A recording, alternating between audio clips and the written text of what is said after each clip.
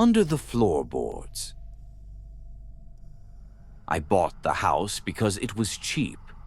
That should have been the first red flag. 2 bedrooms, an attic, and a decent backyard for the price of a used car. When I asked the real estate agent why it hadn't sold, she just gave me a rehearsed smile and said, "People want something more modern these days." I should have noticed how fast she handed me the keys and walked back to her car, never once stepping inside. It was an old place, built sometime in the 1940s. Narrow hallway, creaky stairs, and wallpaper that peeled like old skin. It smelled like dust and wet wood. But I told myself I'd fix it up, flip it, or maybe just make it home. I was tired of noise and neighbors and the city pressing in on me. I wanted quiet. I got it, but not the kind I wanted. The first night I heard it, I was lying in bed, half asleep, when a sound drifted up from under the floor. Scritch, scritch, scritch, like long nails dragging across wood. I sat up in the dark. It stopped. Mice, I figured. Rats, maybe. Old house problems. I told myself I'd call pest control in the morning, but part of me, deep down, knew it wasn't that. There was something off about it. The sound wasn't random. It was too steady. The next night it got worse. Around 2 a.m., the noise came again, but louder, closer, scritch, scritch, scritch. Then it stopped. Total silence. And then 2 soft knocks. Knock. Knock. From under the bed. I stared at the floor, frozen. It felt like the air in the room turned thick. I couldn't breathe right. I grabbed my phone and turned on the flashlight, shining it around the room like that little glow could protect me. Nothing. No movement. No shadows. But I didn't sleep the rest of the night. The next morning I pulled up the old boards near the corner of the bedroom. I wasn't sure what I expected to find. Nests, pipes, a draft. But all I saw was packed earth. Except, it didn't look untouched. The dirt had been disturbed. Small grooves like fingers or tools had scraped their way through it. That night I didn't go back to the bedroom. I slept, or tried to, on the living room couch. I left the lights on. I kept my phone in my hand. At 3:12 a.m., I heard footsteps. Not upstairs, not outside. Below. Heavy, deliberate, like someone pacing under the floor, slowly dragging their feet. I sat up, clutching my phone so tightly my knuckles cracked. I didn't move. I didn't breathe. And then, silence, until I saw it. A pile of dirt. Right there, near the couch. Fresh, damp. Like it had been pushed up from underneath, and sticking out to the top was something long, curled, and yellow, a finger, shriveled, dried, and clenched like it was reaching for something. I screamed. I ran. I didn't even lock the door behind me. The police thought I was crazy. When they came, the floor was intact. No dirt, no finger. They checked the crawl space under the house. Nothing. Just dry soil and spider webs, no sign of disturbance. They gave me the look, that maybe get some rest look. I didn't go back. I grabbed a few things from the hallway without stepping fully inside. Booked a motel 2 towns over, slept with the lights on. I thought I was safe. Until last night. It was quiet in the room. I was drifting off. Finally starting to believe it had all just been a breakdown or stress or something. And then I heard it, right beneath me, under the motel bed. Scritch, scritch, scritch. I jolted upright. Then, knock, knock, and a voice, barely audible but close, so close. Found you. I'm writing this from my car. I haven't gone back inside. I don't think I ever will. Because whatever I disturbed under that house, it's not bound to the house. It's bound to me.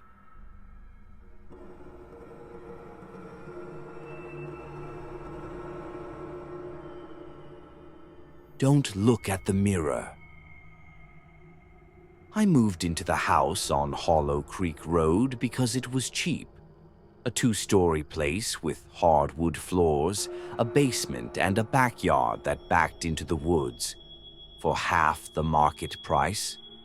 I should have known something was wrong, but I was broke, recently single, and too tired of sleeping on a friend's couch to question a little good fortune. The first night was quiet, strangely quiet. No passing cars, no owls in the trees, not even the chirp of crickets. Just silence, thick and unnatural, like the whole world was holding its breath. I brushed it off. The house was old.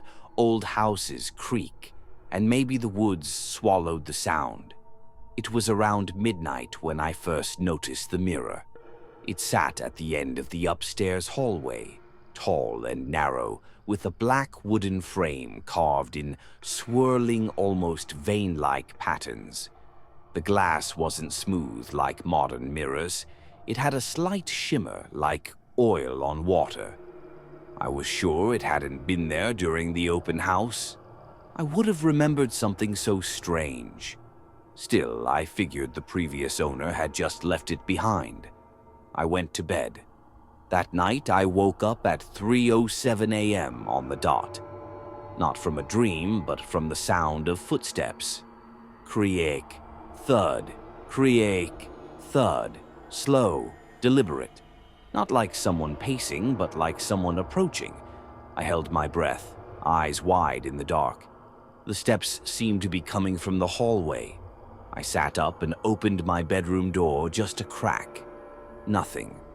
The hallway was empty, except the mirror was glowing. Not with light exactly, just a faint silvery shimmer that pulsed like a heartbeat. I squinted at it and leaned a little farther out. That's when I saw it. A figure in the mirror. Not behind me, not in the hallway, only in the reflection. It was tall and skeletal, with long arms that dangled at its sides. Its face. God, its face looked blurred, like someone had dragged fingers down wet paint.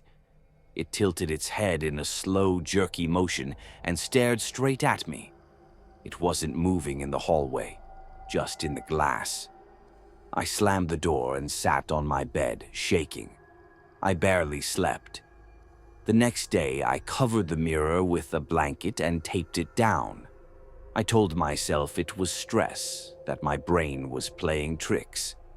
But when I passed the hallway again, I felt it, that prickling on the back of my neck, like something was watching me from behind the cloth.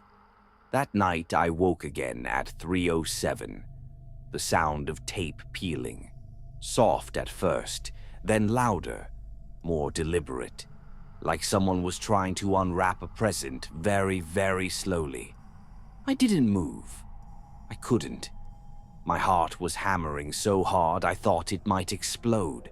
Then the footsteps started again. This time they were closer. I didn't open the door. I didn't look. I waited, barely breathing, until morning. When I finally stepped into the hallway, the blanket was gone, folded neatly on the floor.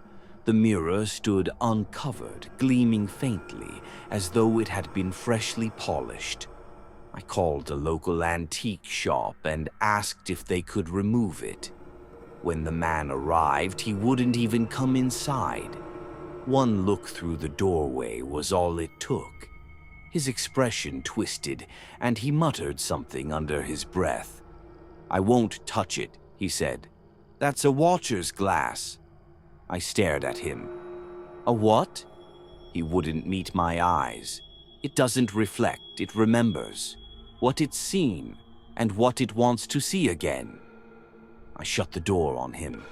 I was too tired for superstitious nonsense, but something deep in my gut stirred. A fear I didn't want to name. That night, every light in the house blew out. A loud pop, one after another, like firecrackers. I sat up in bed, cloaked in darkness. The kind of black that feels like a weight. I scrambled for my phone, but it was dead. fully charged when I went to bed. But now, nothing. Then the whispering started, low, muted, coming from the hallway. "Don't look, don't look, don't look." Voices, dozens of them, men, women, even children, repeating the same phrase again and again, a chant, a warning, a curse. I couldn't help it. I had to know. I crept out of bed, bare feet cold on the wooden floor. I opened the door just a crack. The hallway was empty. The mirror, silent. No light, no shimmer, no figure. I let out a long breath. Relief poured over me like warm water. Then I turned around, and it was standing by my bed. Its face was still smeared, still twitching, but now I could hear it breathing, wet, ragged, loud. It didn't move, just stood there, smiling. I slammed the door and ran. I didn't stop until I was in my car, barefoot, shaking, engine roaring as I sped away into the night. I've never gone back, but sometimes at night I see mirrors differently. I avoid them, because once in a while in the corner of my eye, I think I see it, still smiling, still watching, waiting for me to come back.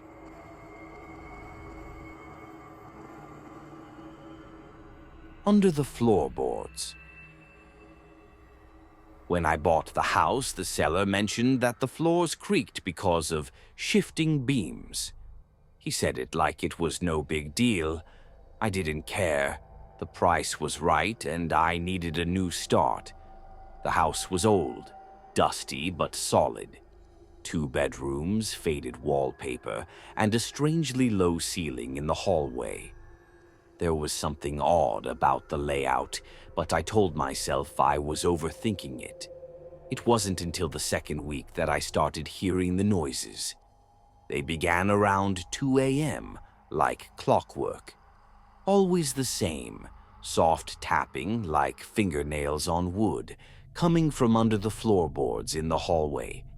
At first, I assumed it was mice or maybe some kind of pipe issue.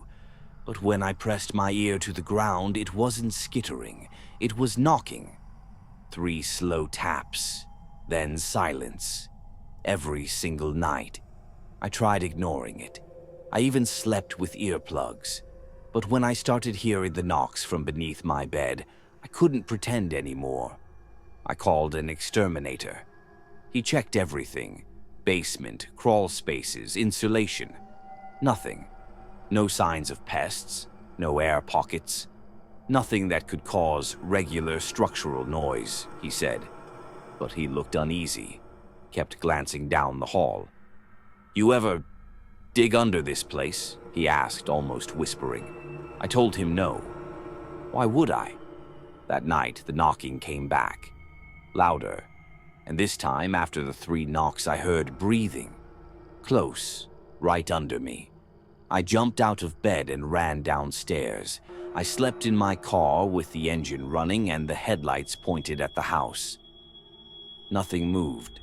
The windows just stared back at me, empty and dark.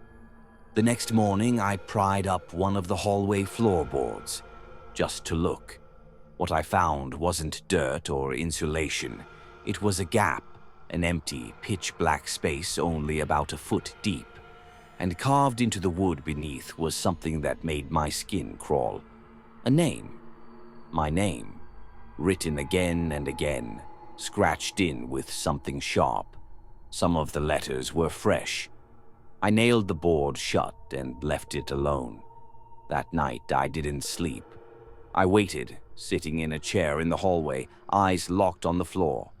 At 2:07 a.m., the knocking came. 3 slow taps. I didn't move, didn't breathe. Then I heard it. A voice, muffled, raspy, from under the floorboards. "Let me out!" I ran. "I don't live there anymore. I didn't sell the place. I couldn't. Who would believe me? Sometimes, in the quiet moments right before sleep, I swear I can still hear it. Let me out. But now, I think it's not under the floor anymore. I think it's somewhere behind the walls, waiting